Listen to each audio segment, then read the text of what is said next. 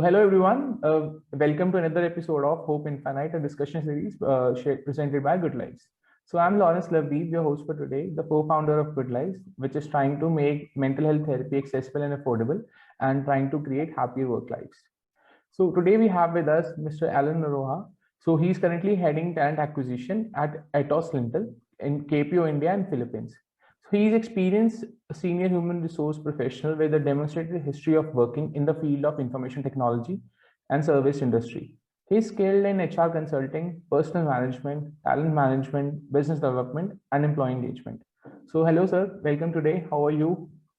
Good evening, Lawrence. Thank you for giving me this opportunity to speak on behalf of my experience as an HR professional, and giving you some insights on what we currently are doing in terms of this whole situation that we all are in. How are we overwhelmingly making changes in what we do, in how we work, and so on and so forth. So thank you once again, and thanks to GoodLife for giving this platform to actually express my views and share it with the larger community and the larger subscriber base that you have. So thank you once again. Thank you so much, sir, for this kind words. Sir, just my first question is, Atos is one of the companies operating ahead of its time. So what changed with the onset of pandemic, especially in the HR function? So to be honest, howsoever, and that's my view, and I think most of the HR folks would agree to, with whatever experience or how old the organization is, this kind of situation, that's the pandemic situation that has created, and we've been working for a year now in the situation, is a new and a different experience for everyone. Yes. Whether it's an HR professional, whether you're an employee, you're a worker, you're a laborer, you name it. Every field that is in the working culture has a different experience for the first time in their lives. Okay. So for everyone, even if you say how big, even for a Google or for Atos Syntel for that matter, though we are big in numbers in terms of a headcount, in terms of a revenue, and so on and so forth, but the end situation that was created the last year of March was an eye-opener, a different thing that we never experienced. So all that goes around and in this 1 year, and we've been experiencing in this 1 year, was as and when basis. I mean, everything that we did, we thought through, we developed our ability to work in this environment, and we moved on, right? Having said that, yes, we did have the exposure of being a global company, working in different geographies. We did have an exposure of work from home, the so-called new mantra of working that everyone talks about. We did have the experience and the exposure too, but not in a large scale like this.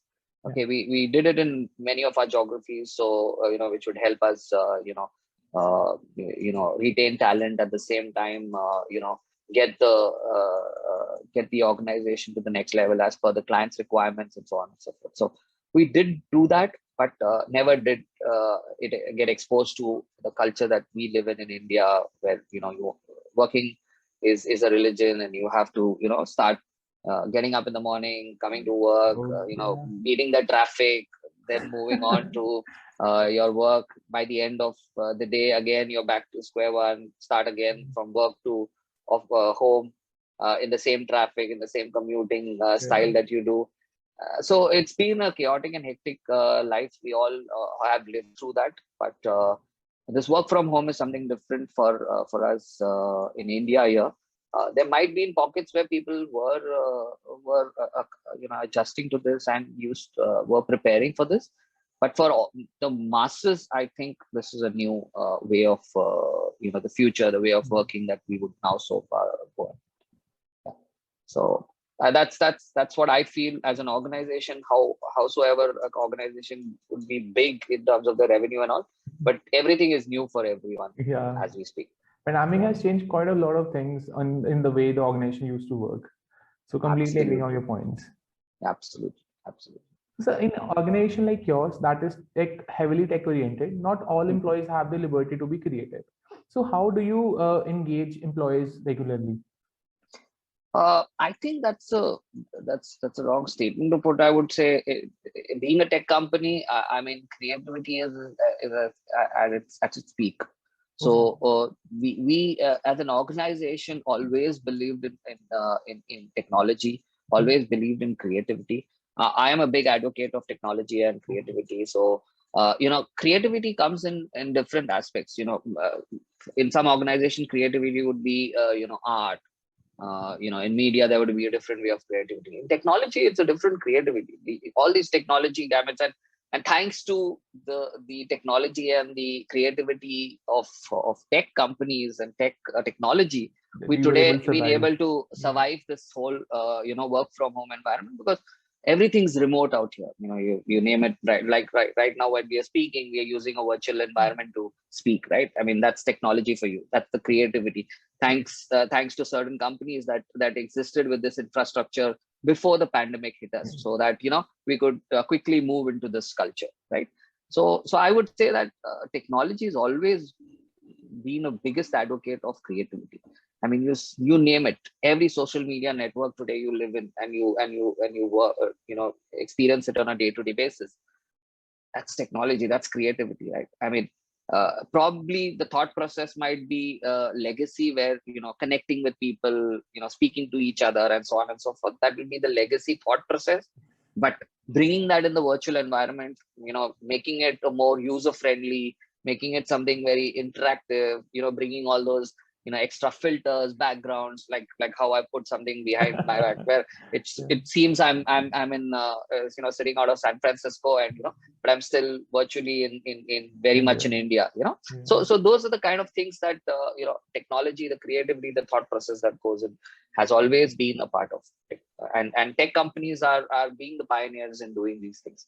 Not to forget that there are other industries also that have evolved in the digital world and evolved in creativity. So there's a different set of creativity thought process that's being expected now. Okay, so as we speak today, the thought of making everything digital, everything this, that's another set of creativity. So all youngsters, all people of different curriculums and backgrounds in their education, will have to incorporate or encapsulate this kind of culture of being creative, but in a virtual environment, Yeah. in a digital environment, and so on and so forth. Because that's the next thing that we are expecting, right? Everything, you name it, right from your banking to how you purchase your car, how do you watch your information, everything's going to be virtual, right? So Yeah. everything will have its way of bringing that creativity that you used to do probably on a pen and paper, physical connect and all, will have to go virtual, right? Yes. So that's one of the most important thing, I think, for all youngsters out there, to get themselves exposed to this kind of creativity, and it will help you in a long way. Whichever organization, whichever industry you go to, that's going to be the game changer that Yeah, you will bring on the definitely it table will. when you're Yeah. yeah. Yes. So being in HR for about 15 years as of now, so do you think job satisfaction should be a luxury, or how organizations can do to improve it, or what exactly organizations can do to improve it? See, job satisfaction was a luxury, I would say, 20-25 years ago. Okay. Today, it's a necessity. Okay. Because, the kind of competition, the kind of, people that we get exposed to, the kind of information that we get exposed to, it's a very, very cutthroat competitive market. Okay. I mean, not only for us as employer, but also for an employee, right? I mean, when he or she works in an organization, he have to be setting up a benchmark, setting up a difference in his thought process. And in order for that to be done, the person needs to have the set of factors that surround it to make the environment that is required for him or her to prosper. So hence we have to ensure, as an HR professional, I mean, that's probably our job, but as an organization also, we need to ensure that we bring in that job satisfaction to a person, because it's very easy for an employee to feel that okay, I'm not getting these benefits, if I'm not being helped this way Yeah. or that way, I'd probably move, because I mean there are always greener pastures across, right? People move for money, people move for location, people move for growth, people move for role, and there are a lot of other aspects. And with this new dynamic in the environment that we live in, there'll be many more that we might have not thought about, Yes. right? Which might come. So we need to be prepared. So hence, job satisfaction can come in various ways. As an employer or as an HR professional, we need to ensure that the people are taken care of and understood better. We give them whatever they need, and ensure that they have a very good environment around them to do their roles and responsibilities that being assigned to, right? So hence I see it's no more a luxury, it's coming to that necessity or a requirement that we can talk about, and we have to follow that rule, because the other way around, I would say, from an employee perspective, even for an employer, he needs to ensure that employee is being taken care of. At the same time, employee needs to showcase that skill sets, the talent that he's been hired for, right? Because obviously there's a huge talent pool that's available for an organization to cater to, right? Every year you see Indians, I mean each universities will, I mean, as a location, as a geography, each universities that specializes in certain skill set will have 1 lakh 2 lakh students passing out, right? And with flying colors. So for me as an employer, it's easy for me to get the best of talent from there, nurture them, groom them, give them the job satisfaction, which I anyway will have to give, right? And ensure that the person gives me the right output, right? Or the employee gives me the right one. So it's a done deal between an employer and an employee, that though we'll give you the kind of satisfaction that you want, but at the same time we'd ask for more, right? Because as challenging it is, things are changing in the environment, competition is building up, we need to be in par, or either we have to be on top, right?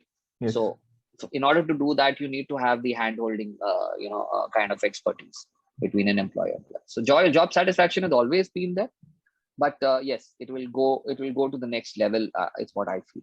Okay, great. So sir, being in industry for so long, and you have seen the employees very closely, so what are few things that you would want all employees to acknowledge? See, one is obviously get yourself exposed to anything that you do first. When an employee joins an organization, right? The first thing we ask, obviously, yes, is monetary, is about how the company is, what's their revenue, are they going to am I going to be safe, secured, my job is going to be secured, my boss is going to... There'll be 1 million questions that an employee would have when he joins his first job, or even when he joins a third, fourth, or fifth job, for that matter, right? Because ultimately, the employee has that one thing: what's it in for me, right? But at the same time, even the employer thinks the same way, right? Because when I hire a person, I also need to have that kind of confidence, the partnership that I'm expecting out of the employee, right? So having said that, it's a mutual understanding between both, right? So one thing that I would expect an employee to do is to first grow, understand, learn, and keep learning, because in today's day and age, you have to be on top of it, right? It's no more about what you've learned 10 years ago or 5 years ago, you can still be able to implement. No, things change in a matter of days, hours, in today's pace, right? It's evolving, and if you're not part and parcel of the evolution, or if you're not ready to accept change, which is the biggest thing that is there, I think you're in for a ride. Because as an employee, you either have to accept change and evolve, or you will be one of those people who will not be recognized across industries. You have to be very dynamic as of now, right? Exactly. Flexible, dynamic. You need to be flexible also, at the same time dynamic. Creativity is anyway a part of what we look at, right? Obviously, how good you are, what are your competencies, what are your ability to think, we'll give you all the assessments that is required to understand you better. All those things are done by an employer, right? But if the person is not ready to evolve, to change, to learn. to learn, to be flexible, Mhm. I mean, it's very difficult for a person to survive in an organization for a long, because that's the need of the hour. I mean, everybody, I mean, including the CEO of the organization to the richest person on earth, right, has to evolve, has to accept change, has to look at things differently, which a person wouldn't have thought about some years ago, right? Because if you don't think that way, probably you might not implement it, but at least your thought should be there, right? Your ability to think beyond your comfort zone should be there, because that's when you'll start be able to understand better, because it's evolution, right? I mean, in the way you work, everything is an evolution, right? It has to evolve as the surrounding, as the things change. And mother nature has taught us, right, evolution is part and parcel of Yes. every living being, right? And the same way, as an organization also, you have to evolve. I mean, today you might expect 500 people, tomorrow you have to grow to 1,000. That's Yes. the aim of any organization, and so on and so forth. Same goes with the revenue for an employee also, right? He or she needs to grow. He or she can't be in the same position One. for Yeah. 10 years, 20 years, and then expect growth. No, right? You have to evolve. So how will you expect growth when you deliver what is required and overwhelm the employer that you've been able to do justice to whatever he or she has hired you for, right? So I think change is the biggest thing that everyone should accept, and it's inevitable, because every day you see something or the other changing, right? I mean, the classic example I could speak about now is our COVID situation, right? I mean, the situation that we all are. I Yeah. mean, if we didn't if you were rigid and not accepting change, if you were saying no, we can't move into the work from home environment, there are security reasons, and so on and so forth, we wouldn't have. I mean, there would have been people. Contracted with our employees would have been contracted with COVID, or there might be other ailments. They might spread it. There were so many consequences to whatever we think, right? So hence, it's very much important, right? So I'm giving you that example, but in a corporate world, in a generic form, you need to have change accepted. Yeah? Okay. So hope Understood. I answered that. Yes. So, is technology ironically becoming a reason for poor mental health among youngsters? Anything, I would say, not only technology, anything is, if abused, is bad. Okay. Yes. Agreed. If you use it at the right pace, at the right time, and and make use for the betterment of your and understanding, knowledge, and for everything else, I think it's the best thing that has happened to mankind. And technology is there, you need to harness it, you need to understand it. I'm a big advocate of technology, hence I would try to advocate about it and speak about it in any forums possible, because technology is something that's given me a lot of insights of things that I would have never thought or never done or never understood, right? I mean, yes, we do have our parents, our elders, our managers, our bosses, our leaders, who will give us insights and all that stuff, but they won't be there with you, throughout your life, 24 by 7, Yes. 365 days of the year, right? So it's equally important to harness this thing called technology in various aspects, one learning, one understanding, one doing things also, because today's day-to-day activities are, so we are so immune to technology that we can't survive without it, right? I mean, when it comes to this, and youngsters, yes, it's a bane, I would say, that they're able to harness that in a very early stage of their lives, and then develop things and understand things better than what erstwhile our parents, our seniors would have taken, right? So it is. But anything in any form, if you do it extra, or you do more, or you abuse it, it's always going to be a way, right? So I would say, use technology, understand technology, use it in the right way, I feel it's the best thing that's ever happened to you. So youngsters should and if they aren't done aren't adjusted to technology or used to technology, they should, is what my request will be. So, sir, what are like few or one or two things that you recommend that for a better mental well-being for a youngster? One is time management, Okay. very important thing. Yes. As youngsters, we seldomly think that we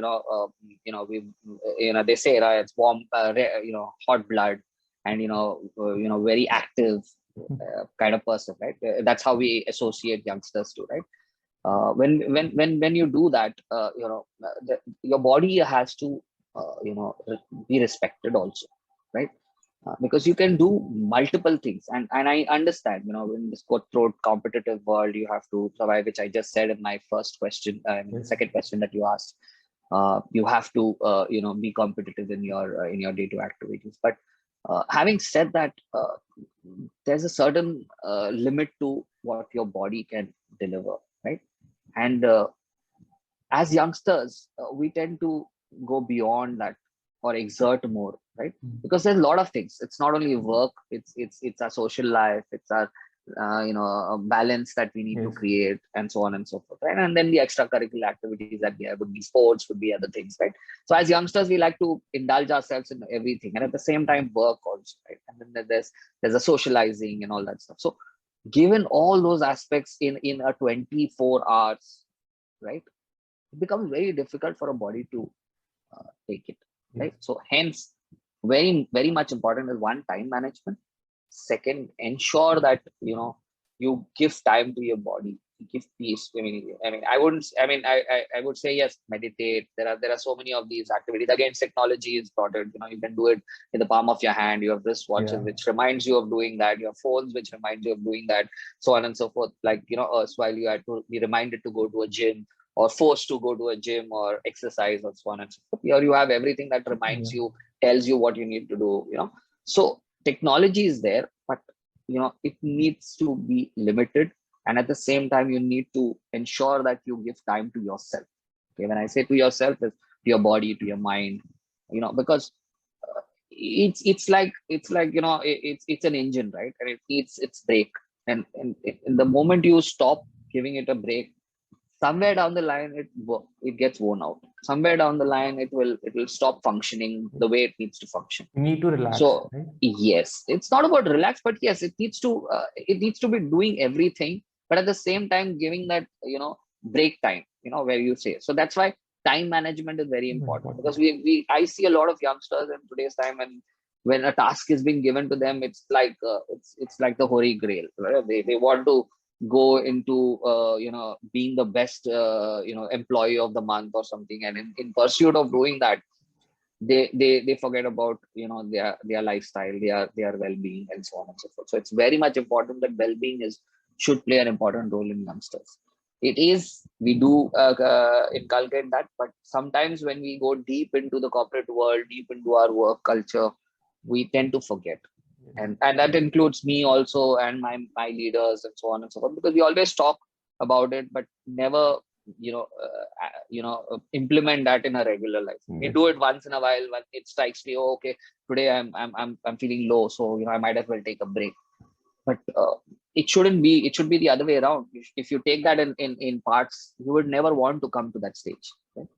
So hence, I think very important for all youngsters is to take a break, take time out, relax, and rejuvenate whatever you've done, and come back as a fresh person to do more, because that's when you can do Yes. what's expected out of you.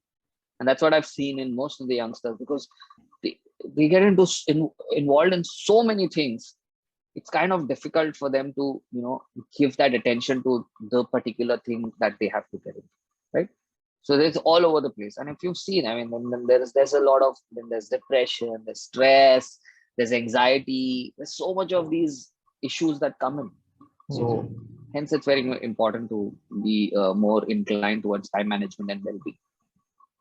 And as an organization, I think there are many organizations, including my organization at Atos. our primary focus now, and not only in this situation but from the past, has been into well-being of our employees. We ensure that our employees are taken care of with not only the benefits part, but also these aspects of yoga, mindfulness, meditation, mandatory leaves, right?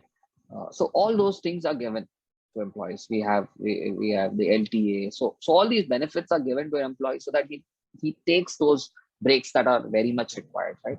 Only then can he be productive for us. So we advocate, we drive, we ensure that, and in some places we make it mandatory for an employee to go. So that's been our mantra ever since I've been working in this organization, and today even more with the situation that we are. So I think kudos to your organization for taking care of your employees. I think it is very, very necessary, because giving a pause to whatsoever you're doing will ultimately lead you to more productive outputs. Absolutely. So with this, I would like to wrap up today's conversation. Thank you, Alan sir, for joining in today. It was my pleasure. Thank you, Lawrence. Thank you, GoodLives, for giving me this opportunity, this platform to express my views, and look forward for many such more conversations with you, Lawrence. Have a nice day. I think it's. I know we've been conversing for a long time, so Yeah. all the very best for your future connects and interviews. And it was great talking to you. Thank you. Thank you so much, sir. Hope to connect with you soon again. Sure. Pleasure's all mine. Thank you. Thank you.